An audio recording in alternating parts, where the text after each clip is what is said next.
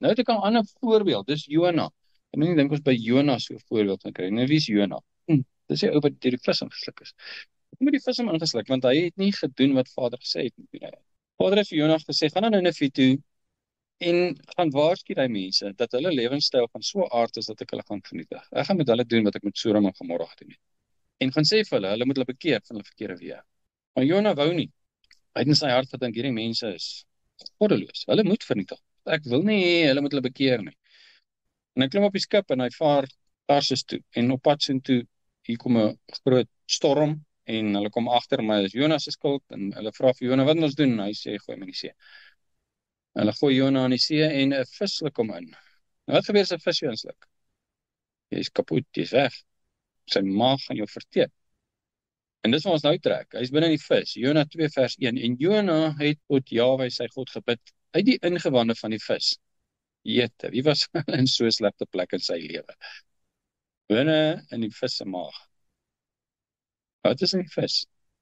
Is maagsure. Ek dink dit is nogal 'n bedreiging. Dis pikdonker. Daai vis swem. Hy gaan die wêreld vol. Hy sluk water en water gaan weer uit. En ek kan nie dink dat ek in my lewe al naby so 'n slegte toestand was nie. En dis waar Jona is. En wat doen hy?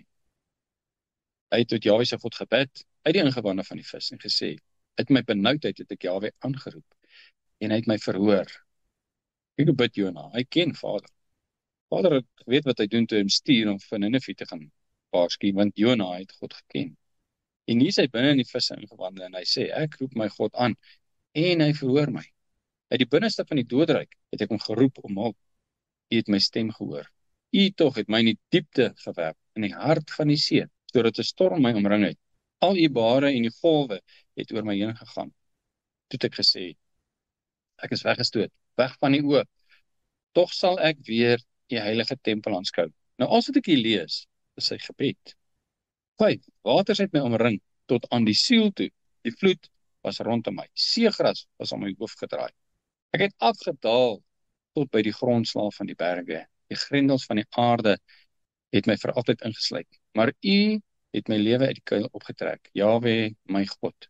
Dan vers 7. Toe my siel my versmag het ek aan Jahwe gedink. En my gebed het tot u gekom in die heilige tempel. En weer eens is 'n gesprek. Hy is besig om sy hart oop te maak oor Vader. Vers 8. Die wat nietige gode vereer, verlaat die een wat vir hulle goedertierend is. Ek daarenteen sal aan u offer met 'n stem van lof. Wat ek beloof het, sal ek betaal. Die heil behoort aan Jahwe. En dan begin vers 10 met die woord, daarop. Daarop het Jahwe die vis beveel om Jona op die droë grond uit te spieg. Op wat? Grond van wat? Van sy gebed. Hy het God aangeroep, hy het gesê, red my, verlos my, ek kan nie.